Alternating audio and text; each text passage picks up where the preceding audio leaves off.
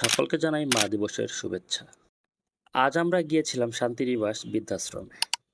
তো প্রথমে গিয়েছিলাম ইয়ামাহা শোরুমে। তো যেই দেখি ওয়াইআরসি ফরিদপুরের ভাই ব্রাদাররা সব উপহার প্যাকিং করার কাজ করতেছে।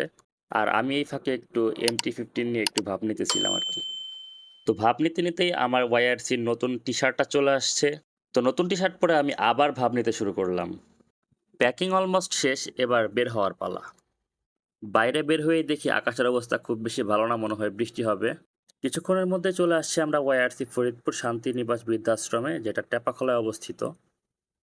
আমাদের দেখে তারা অনেক খুশি হয়েছিল, তা এই মায়েদের মুখ দেখেই খুব সহজেই বোঝা যাচ্ছে।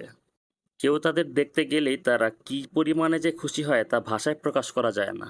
তো বিকালে আমরা তাদের জন্য কিছু খেলার আয়োজন করেছিলাম। আর আমার সাথে গিয়েছিল মিস্টার জিল্লু সাহেব। তো ফেরার পথে আমরা কেক কেটে মা দিবসের উদযাপন করি, যা তারা খুব এনজয় করে। ধন্যবাদ জানাই আমাদের প্রাণপ্রিয় বড় ভাই সোহান ভাইকে এবং ওয়াইআরসির সকল ভাই ব্রাদারকে, যারা এত সুন্দর একটি প্রোগ্রামের আয়োজন করেছিল। Yes, Yamaha.